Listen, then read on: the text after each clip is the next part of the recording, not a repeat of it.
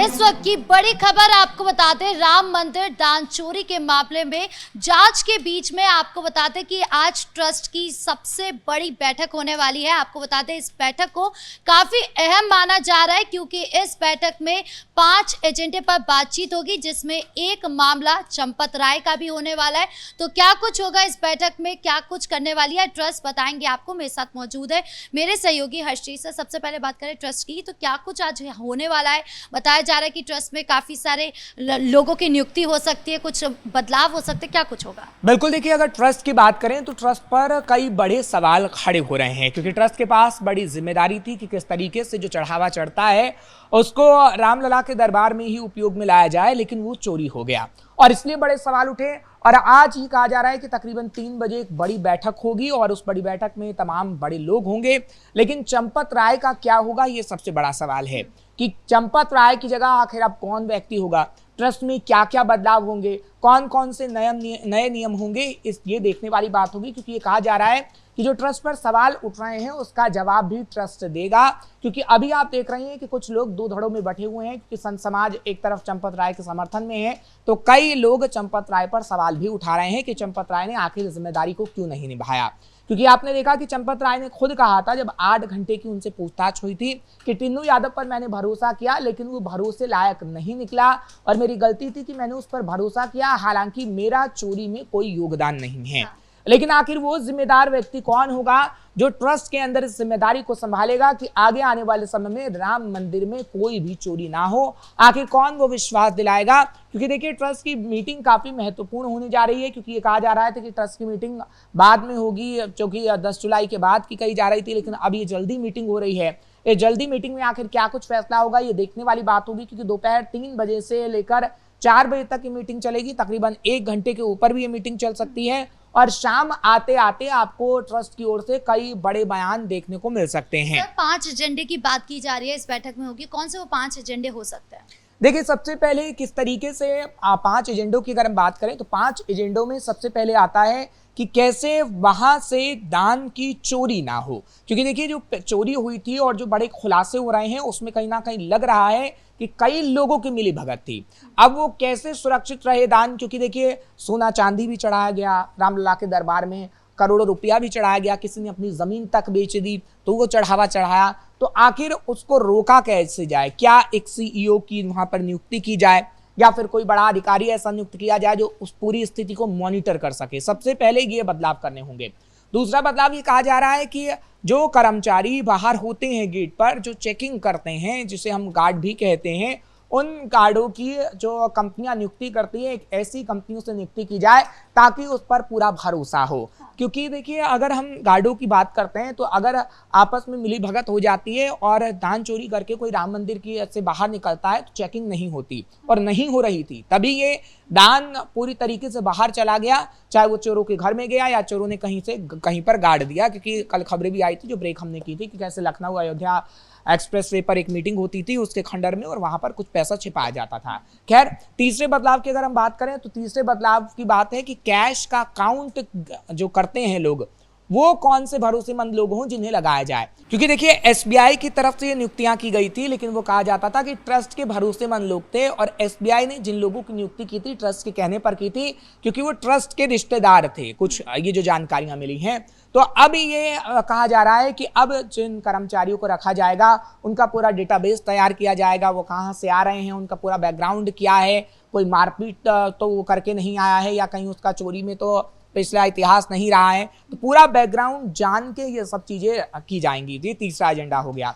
चौथा एजेंडा कि जब मॉनिटरिंग होगी इन सब पूरे चीज़ों की तो किस तरीके से महीने भर में एक डाटा लिया जाएगा, चाहे वो सीसीटीवी कैमरे का हो या फिर अन्य डेटा हो, पूरी जानकारी कहीं ना कहीं मिले। क्योंकि देखिए 45 दिन का रिकॉर्ड ही सीसीटीवी कैमरा में होता है और उससे पहले का अगर आपको रिकॉर्ड देखना है तो उसके लिए काफ़ी जद्दोजहद करनी पड़ती है। तो कैसे उस रिकॉर्डिंग को पूरी तरीके से मॉनिटरिंग किया जाए, कैसे देखा जाए। और जो 5वां एजेंडा होगा कि हर एक व्यक्ति से कहीं ना कहीं खास तौर पर बातचीत, चाहे वो कर्मचारी हो वहाँ का, या फिर वो गार्ड हो, उससे एक हर शाम को जब वो जाता है तो उससे बातचीत हो, उससे मीटिंग हो, और उसके बाद कहीं ना कहीं ये व्यवस्थाएं पूरी हो पाएंगी। सर, आज चंपत राय के इस्तीफे की भी बात सामने आई है कि हो सकता है कि उनके इस्तीफे का जो प्रस्ताव है वो स्वीकार करेंगे या नहीं करेंगे ट्रस्ट, इसको लेकर भी सवाल उठ रहा है। बिल्कुल, देखिए, क्योंकि अनिल मिश्रा की अगर हम बात करें या फिर चंपत राय की बात करें, क्योंकि इस्तीफे की खबर पहले आई, लेकिन अब ये कहा जा रहा है कि उस इस्तीफे को स्वीकार किया जाएगा ट्रस्ट की ओर से और नई नई नियुक्तियां की जाएंगी। उन नियुक्तियों में कौन होगा, क्योंकि देखिए कई बड़े बड़े नाम सामने आ रहे हैं, क्योंकि कई लोग जो हैं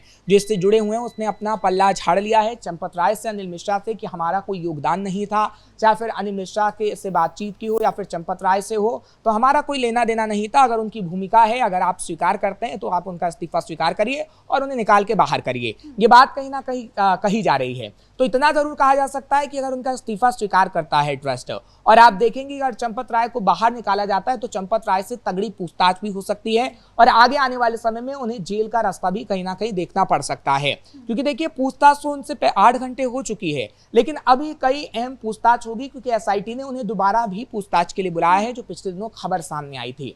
और ये कहा जा रहा है कि जब पूछताछ होगी तो चंपत राय से अहम खुलासे होंगे, क्योंकि अभी चंपत राय का साथ देने को कोई तैयार नहीं है, क्योंकि चंपत राय एक ऐसी भूमिका में अभी खड़े हुए हैं जिनके पास सवालों की बौछार है, लेकिन उस सवालों के जवाब वो किस तरीके से दे पाते हैं ये देखने वाली बात होगी। दूसरा, जो ट्रस्ट की आज मीटिंग हो रही है, ट्रस्ट आखिर चंपत राय को बाहर निकालेगा, क्लीन चिट देगा, वो तो 2-3 घंटे में हमें पता ही लग जाएगा। लेकिन चंपत राय और अनिल मिश्रा की भूमिका की अगर बात करें तो चंपत राय और अनिल मिश्रा की भूमिका संदिग्ध नजर आती है, और संदिग्ध भूमिका जब आपकी नजर आ रही तो कहीं ना कहीं कुछ ऐसा कुकर्म तो हुआ है राम मंदिर के अंदर चोरी को लेकर जो कहीं ना कहीं सवालों को जन्म देता है, जिसका जवाब आप नहीं दे पा रहे हैं। नए प्रस्तावों को लेकर, सर, नई नियुक्तियों को लेकर भी सवाल उठ रहे हैं कि कौन कौन हो सकते हैं, कौन कौन लिस्ट जो है वो सामने आ गई, क्या लग रहा है कि कौन कौन हो सकता है? देखिए, अगर हम कोषाध्यक्ष की बात करें या फिर अन्य पदों की बात करें तो उसमें भी बदलाव किया जा सकता है। अब अगर नामों की बात करें तो कई नाम सामने आ रहे हैं, लेकिन जब तक उन नामों की लिस्ट फाइनल नहीं हो जाती उस पर कुछ कहा नहीं जा सकता, क्योंकि देखिए इसका चुनाव बहुत सोच समझ कर करना होगा। ऐसा नहीं है कि ये आज ही की मीटिंग में फाइनल हो जाएगा। ये कहा जा रहा है कि आज जो मीटिंग होगी इसके बाद भी मीटिंग की जाएगी, लेकिन जो भी करना होगा वो ट्रस्ट को जल्द से जल्द करना होगा, क्योंकि आम लोगों का भरोसा राम मंदिर पर काफी ज्यादा है। और जब से राम मंदिर चोरी का मामला सामने आया है, दान चोरी का मामला सामने आया है, लोग भी इसका सच जानना चाहते हैं। संत समाज की अगर बात करें तो संत समाज भी ये कह रहा है कि हाँ, योगी आदित्यनाथ पर हमें पूरा भरोसा है। लेकिन अगर ट्रस्ट की बात करें तो ट्रस्ट में आप बदलाव भी करिए, लेकिन जो करना है आपको जल्द से जल्द करना होगा। और इससे पहले भी हमने देखा था कि मांग की गई थी कि जो ट्रस्ट मीटिंग करे वो जल्द से जल्द करे, और इसलिए आज की तारीख ही मुकर्रर की गई थी। हालांकि इसके बाद भी एक मीटिंग होनी है, उसकी तारीख भी मुकर्रर की जाएगी और सबके सामने आएगा।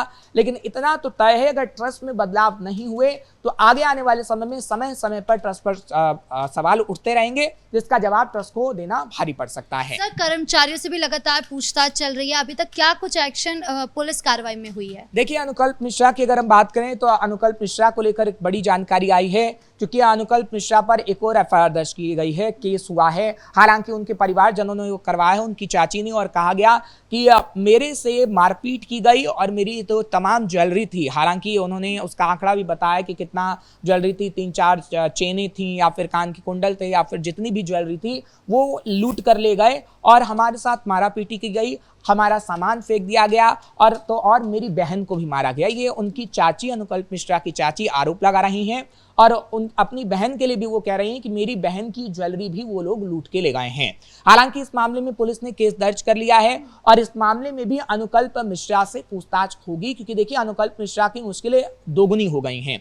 इससे पहले टिन्नू यादव की अगर हम बात करें, लवकुश मिश्रा की बात करें तो लवकुश मिश्रा और टिन्नू यादव की मुश्किलें तो बढ़ ही रही हैं, क्योंकि टिन्नू यादव को लेकर आप देखिए कि कई बयान सामने आ रहे हैं कि टिन्नू यादव का तो अखिलेश यादव से सीधे सीधे संपर्क था, उनकी कॉल डिटेल में ऐसा नाम सामने आया है। लेकिन अभी हम यही कह सकते हैं कि सूत्रों के हवाले से खबर है कि टिन्नू यादव का जो लिंकअप था अखिलेश यादव के साथ, क्योंकि अब आधिकारिक पुष्टि होनी अभी बाकी है। हालांकि बीजेपी के तमाम लीडर ये कह रहे हैं, वो कह रहे हैं कि अखिलेश के साथ लगातार टिन्नू यादव की बातचीत होती थी और विपक्ष का पूरा षड्यंत्र है। हालांकि ये विपक्ष का षड्यंत्र है या फिर नहीं है, ये तो खैर आगे आने वाला समय ही बता पाएगा। लेकिन इतना जरूर है कि अभी अनुकल्प मिश्रा हो या फिर लवकुश मिश्रा हो या फिर टिन्नू यादव हो, उनसे पूछताछ हो रही है और पूछताछ में धीरे धीरे अहम खुलासे हो रहे हैं। क्योंकि देखिए कल एक बड़ा खुलासा हुआ था जिस खंडर की हम बात कर रहे हैं कि कैसे जब तमाम आरोपी जो 8 के नाम हमने बताए, लगातार हम ब्रेक करते रहे खबर, 8 जो आरोपी हैं जिनसे पूछताछ हो रही है, वो जब दान चोरी करके जाते थे तो एक व्यक्ति के पास सारा पैसा रहता था और वो अयोध्या लखनऊ एक्सप्रेसवे के नीचे एक मीटिंग का अड्डा बनाया करते थे। वहां पर जाते थे और दान का पैसा बराबरी हिस्सों में बांट लिया करते कि इतना आपका, इतना आपका, इतना आपका। और वहां पर भी ये कहा जा रहा है कि कुछ लोगों से पूछताछ हो रही है कि कहीं वहां तो पैसा छुपा के नहीं रखा, क्योंकि पिछले दिनों आपने देखा था कि गोबर में पैसा छिपा के रखा गया था, घर से लाखों रुपए की बरामदगी हुई थी। तो कई बड़े खुलासे हो सकते हैं और समय समय पर जैसी जानकारी आएंगी हम अपने दर्शकों को जरूर बताएंगे। जी, इस मुद्दे पर जानकारी देने के लिए आपको बहुत बहुत धन्यवाद। तो कुल मिलाकर राम मंदिर दान चोरी के मामले में एक तरफ लगातार एक्शन जारी है, तो वही दूसरी तरफ जो है आज ट्रस्ट की बैठक होने वाली है। इस बैठक में क्या कुछ अहम फैसले लिए जाते हैं यह भी देखना बाकी होगा। ब्रेकिंग न्यूज में इतना ही। कैमरा पर्सन कुणाल के साथ मैं राधिका राज।